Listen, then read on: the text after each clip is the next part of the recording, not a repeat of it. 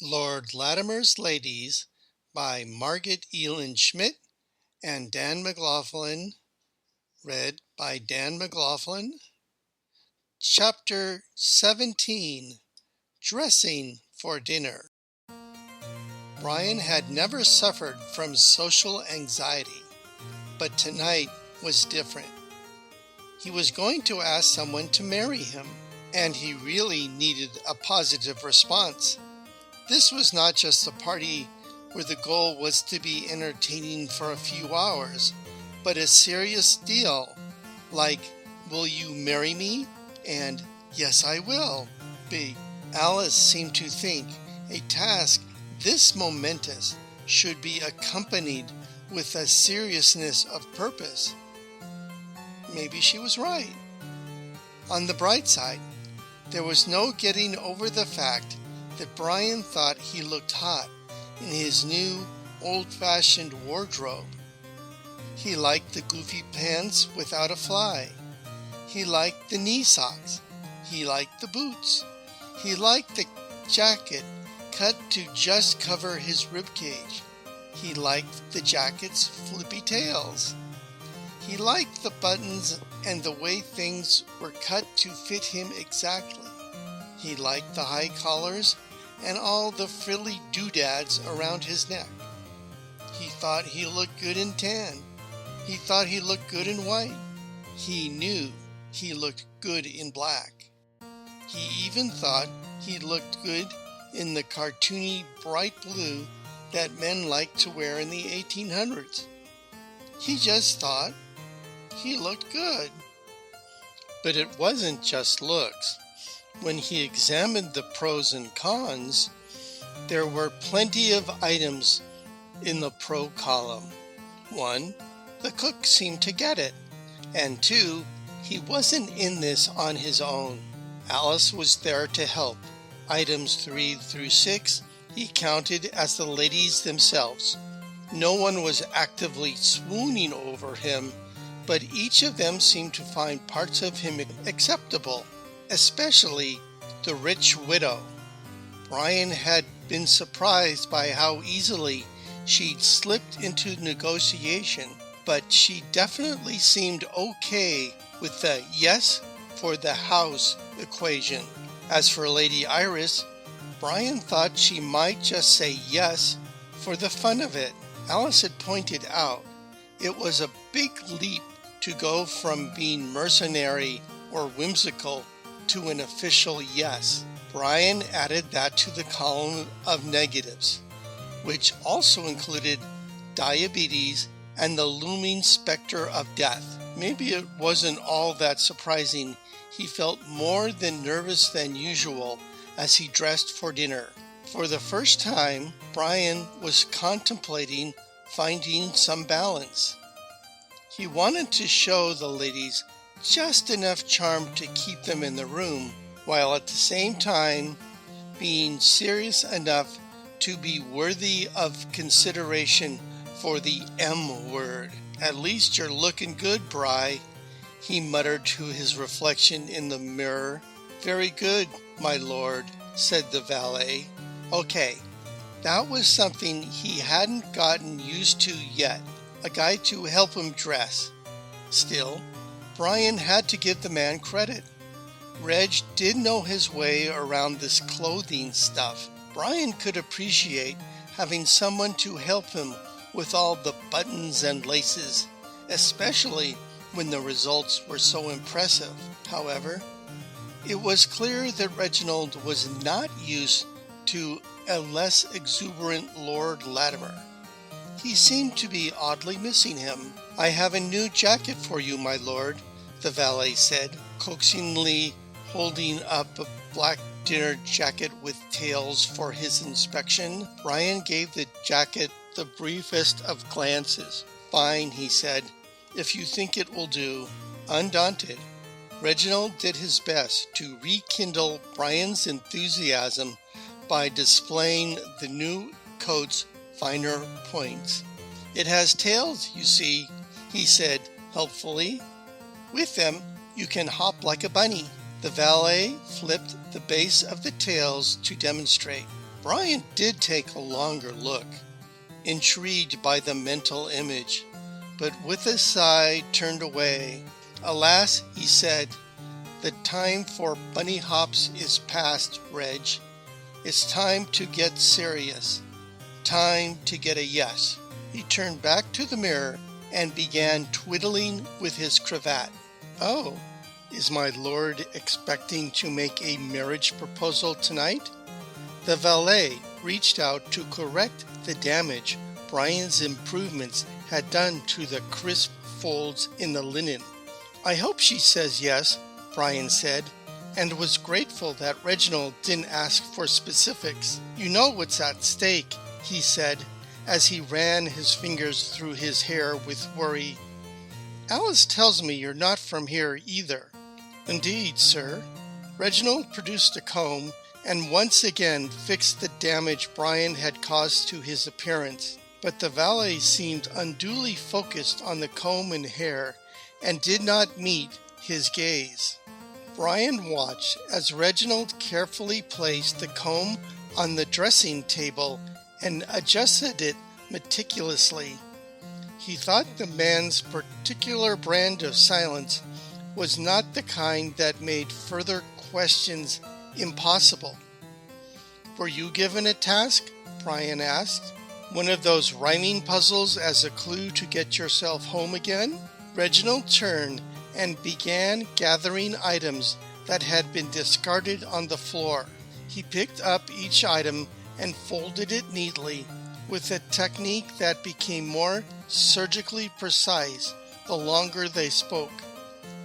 I was to locate a book, sir. Oh yeah?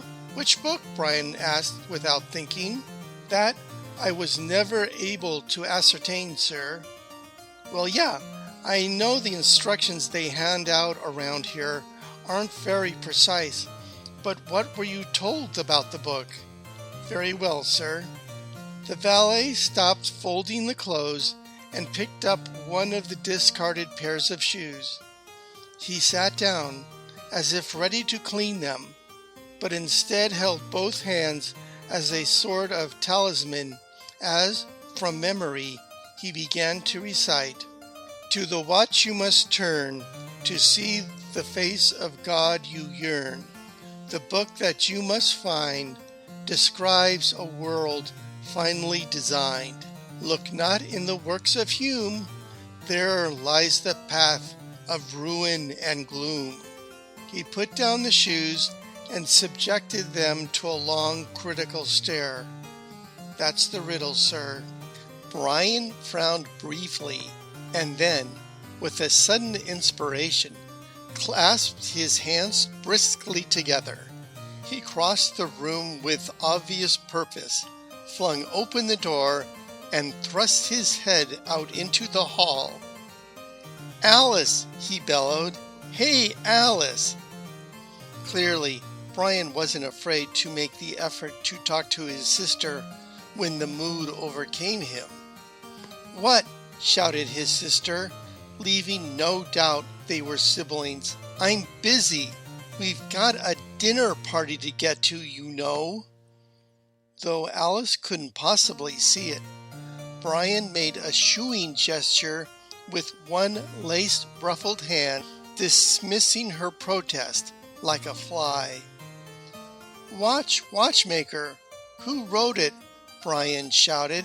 There was a slight pause. Brian nodded to himself and gave Reginald an encouraging wink. She's thinking about it, he said, giving it serious mental effort. Or maybe she's getting dressed, he added.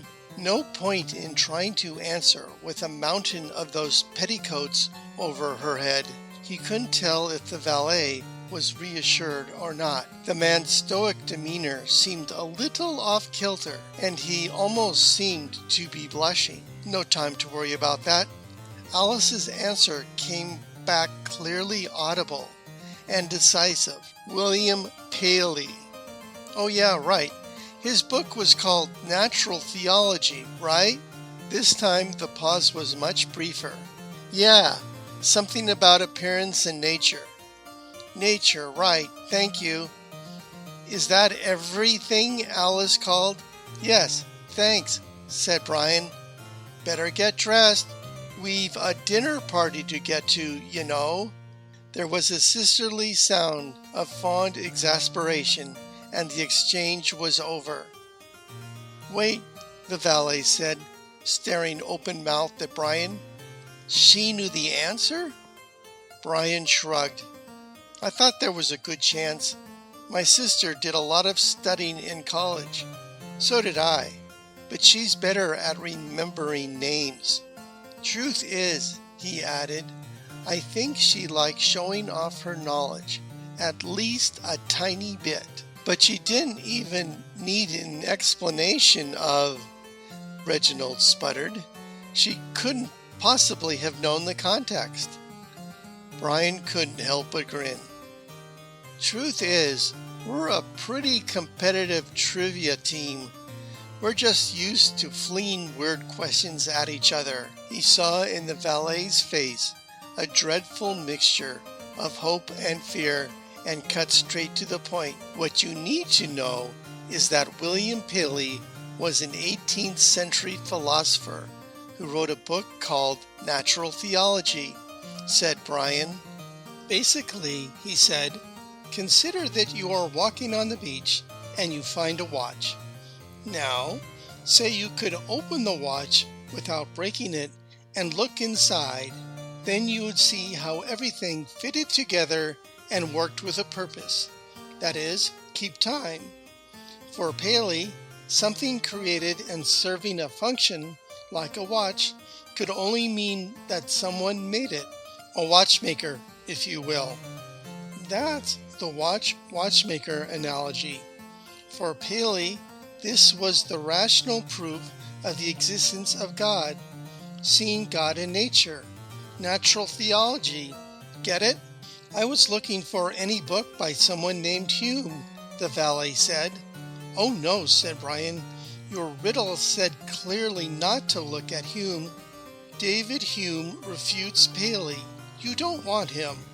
Reginald was looking pale, even a little shaky.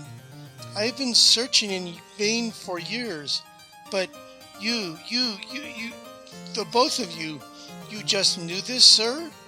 You'd be surprised at the sort of stuff you can pick up with a liberal arts degree, Brian said modestly.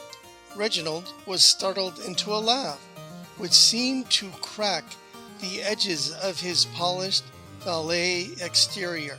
He was clearly unnerved at the ease with which Brian and Alice had solved the riddle that had exiled them to live out the last few years of his life in this castle, far from his own time and place. My lord, I don't know what to say, he began. No biggie, Brian said, to deflect any praise. Glad to be able to help you out. He looked at his shoes and changed the subject. About these things?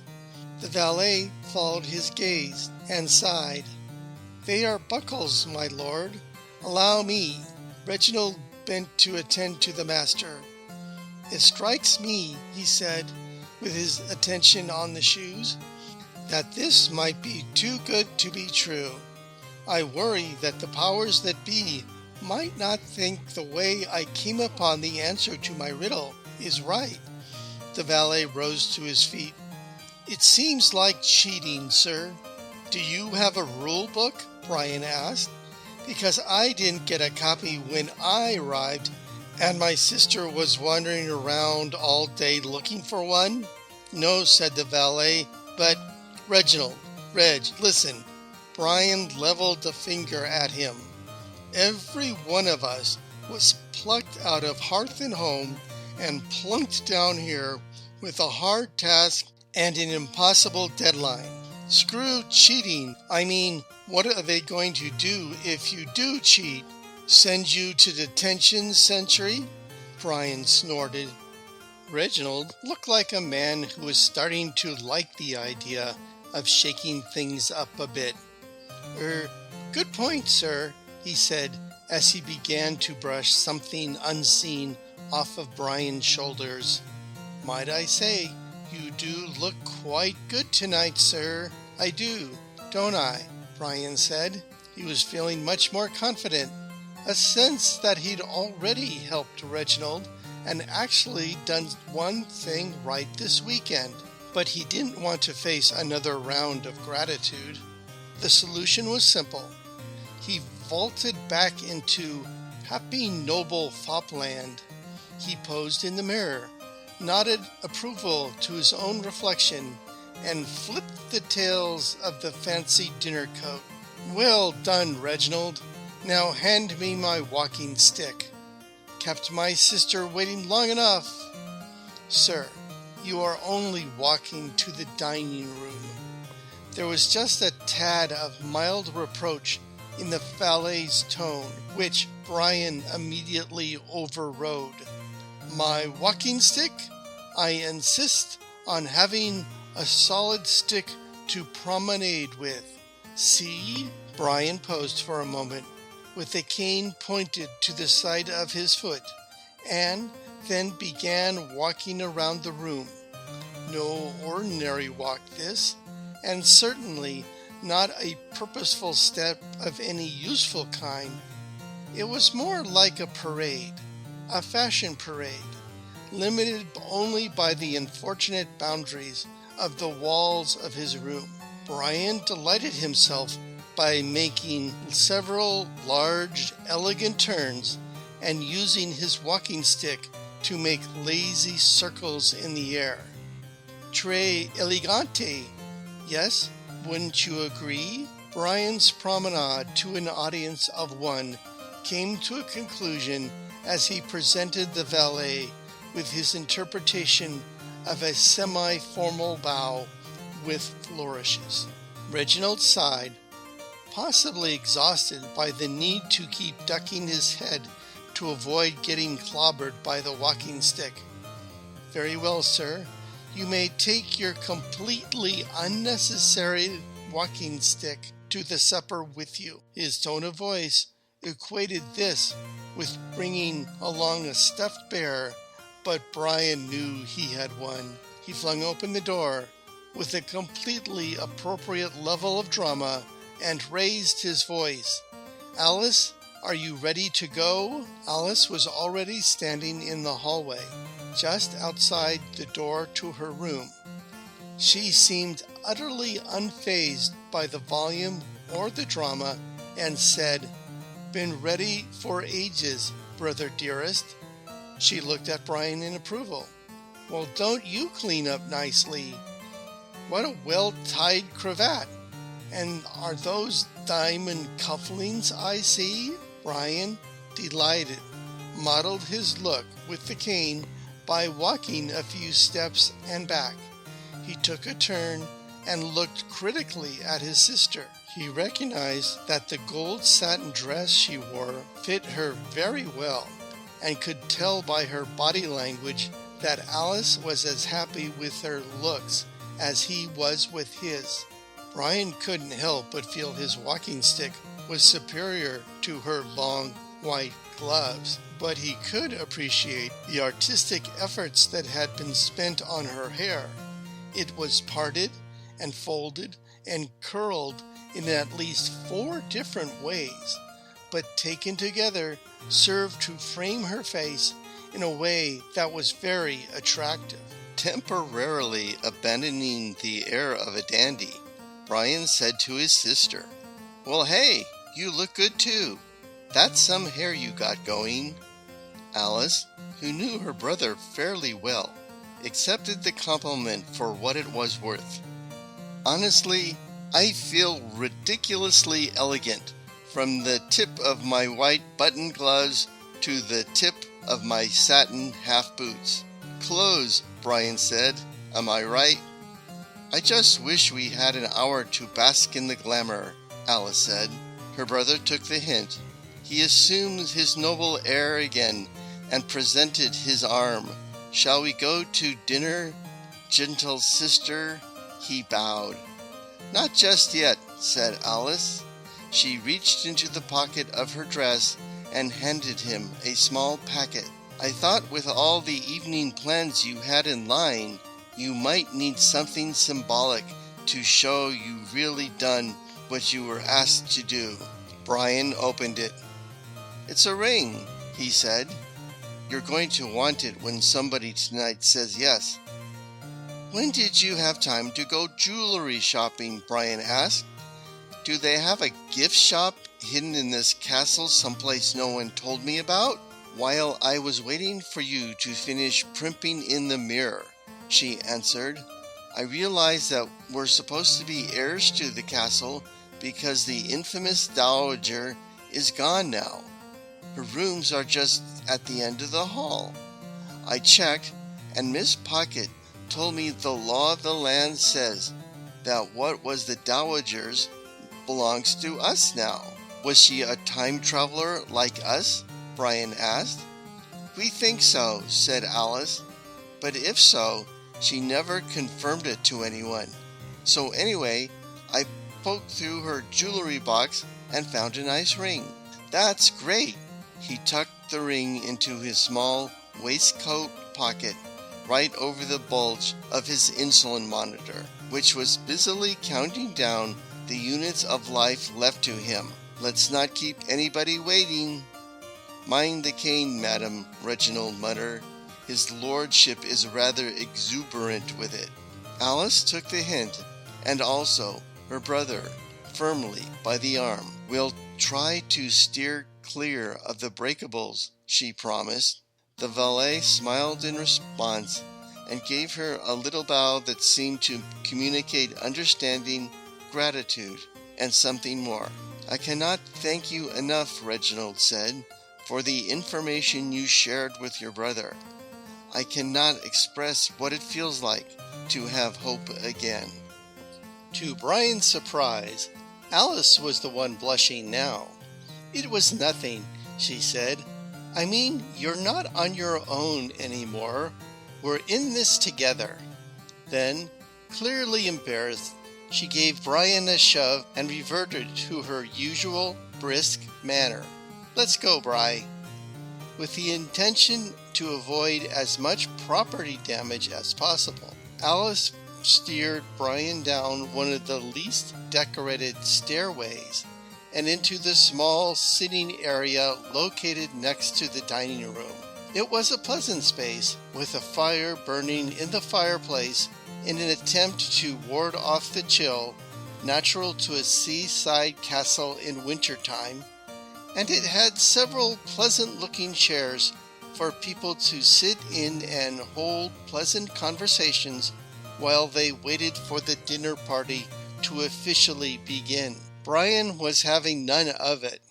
He was hungry, primed to propose to someone, and had been walking all day and eating very little. As his sister ushered him into a room with no food on it, not even a table that looked like food could be eaten off it, he gave her a look of pure skepticism. Shouldn't a dinner involve food or guests? He asked. Alice said, Afraid not. The way it works is, we wait here for the guests. After a suitable pause, long enough for us to make some polite chit-chat type of conversation, an official of some sort will come in and announce dinner is served. Then we go into another room and eat. Dinner is served, announced Brian in his best Shakespearean voice as he posed dramatically. Nice, he said in his normal voice. That just reeks of class. Brian, she said in that special tone of voice sisters reserve for brothers when the said brothers were being a little too much. Okay. Her brother tried to sound meek and innocent, but because he was also twirling his cane again and nearly tripped over a flaming candelabra, the effect was not entirely successful. Alice sighed. Just try to keep a lid on it, she said. You're sure the apologies went well? He nodded. Good. Otherwise, we're going to have a challenge getting one of these ladies to agree to marry you. My money is on Rich Lady, he said as he concentrated on twirling his walking stick. He caught Alice's blank look and clarified, "You know, the rich widow." He proceeded to count on his fingers.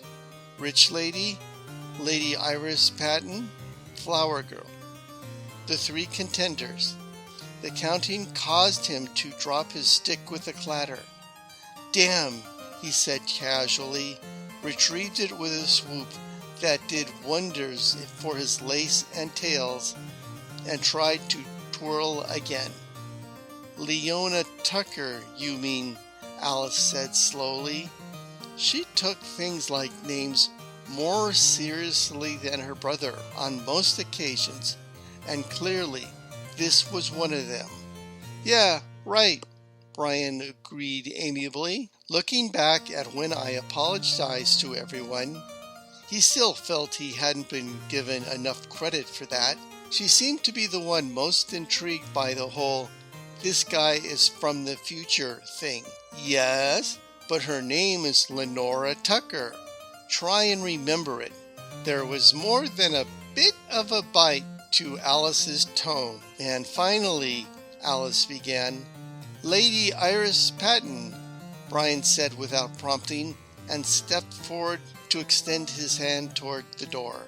Alice swung around and realized that yes, the lady in question was just now entering the room, and hopefully earshot, wearing an attractive gown of celestial blue. "Lord Latimer, Lady Alice," she said, smiling regally at each of them. "I hope I have not kept you waiting." "Not at all, Lady Iris," Alice said. "Please let me present my brother. I promise he is more coherent than when you last met, and I have schooled him to be on his best behavior." "I know not of what you speak, dear Miss Latimer," said the socialite, directing a laughing look towards Brian. "I trust you have not leached all the fun out of his lordship." Brian stepped forward. "But she has, alas, Lady Patton. Here I am, leached, pressed, schooled, and drilled, totally embalmed and ready to be presented in mixed company." Iris laughed musically, and Alice rolled her eyes over as Brian, sensing that it would be welcome, made another one of his oversized bows. Brian turned then to acknowledge Miss Eliza Spencer as she entered the room in the socialite's wake. "Good evening," the shy lady said tentatively. Like Alice had changed into a much more expensive and weighty evening gown of satin, a lovely color halfway between pink and purple that Alice thought of as mauve, and Brian probably thought of as girl color number 3. "Come in, Miss Spencer. Join us." Alice swept forward, her hostess instincts kicking in. Brian and I were just saying how much we were looking forward to getting to know everyone better this evening. Brian gave a little bow that could not in any way be construed as frightening. "I am so pleased to see you again, Miss Spencer." He offered Eliza a charming half-smile. "I thank you for not fleeing the house after my outburst the first time we met." "Or the second," she said, not missing a beat. Brian erupted in a genuine laugh. "Touché, Miss Spencer. Well said. Let me amend my apologies to include both of our encounters." Eliza seemed to relax, or perhaps her innate good manners and modesty emerged. "Oh, please think nothing of it, Lord Latimer," she said softly. "Heaven knows, when I am suddenly around new people, I sometimes want to blurt out the first thing that might pop into my head." "Ah, you don't. And that is much to your credit," Brian said in all seriousness. "Indeed, Miss Spencer, in looking back, I'm impressed with the way you kept your wits about you." Eliza, who had never been credited with much in the way of wit before by anyone, let alone a lord in a castle, found this compliment a trifle overwhelming. She gave a small curtsy and touched her gloved fingertips to the base of her throat. "Thank you, my lord," she said. Alice was looking at her brother in silent amazement, wondering if there really was something about the clothes that was adding such a large element to his personality, or if it was just that she had never seen her brother when he was actively trying to be charming. Just then, Lenora Tucker entered as a widow. Mrs. Tucker was forbidden by society from dressing in the bright pastel colors the unmarried young ladies were expected to wear. Instead, she wore a gown of black and white, liberally embellished with jet beads that glittered in the candlelight, and a black feathered turban made for an elaborate headdress. No one, even someone as unconscious to women's fashions as Brian, could mistake the clear message that this was a woman with money looking for more. Brian decided that this sort of gown deserved a bow of its own, and Lenora said, "Ah, I see Lord Latimer is once again illustrating the fine manners from distant times for our edification and delight." The ripple of laughter through the room seemed to indicate that each of the ladies, in her own way, had come to grips with, at least on some level, with Brian's earlier outburst. Alice, ruthlessly holding her place in hostess mode, walked over to greet the last of her guests. "Ah, Mrs. Tucker, thank you for joining us." Brian came over and gave a second and very correct, if non-entertaining bow. "Mrs. Tucker, I will try and restrain myself before uttering my most eccentric claims." "Oh, try not overmuch, Lord Latimer. A certain amount of eccentricity might just be what the night requires," said Lady Iris. Just then, in perfect, correct silence, the door adjoining the dining room swung open, and two liveried footmen bowed in a way that showed they had been given much more training in the matter than Brian ever would. Alice had been given a crash course in what to say. "Ladies, will you join us in the dining room for supper? I think you'll find everything is ready." The ladies began to move forward, but stopped when Brian, with a twinkle in his eye, intoned, "Alice, I think you mean," he posed dramatically, "dinner is served." Flatly, Alice said, "Yes, Brian, dinner is served. Now move it." The shove was largely verbal. End of chapter 17. Lord Latimer's Ladies, written by Margaret Eland Schmidt and Dan McLaughlin. Read by Dan McLaughlin. July 2024.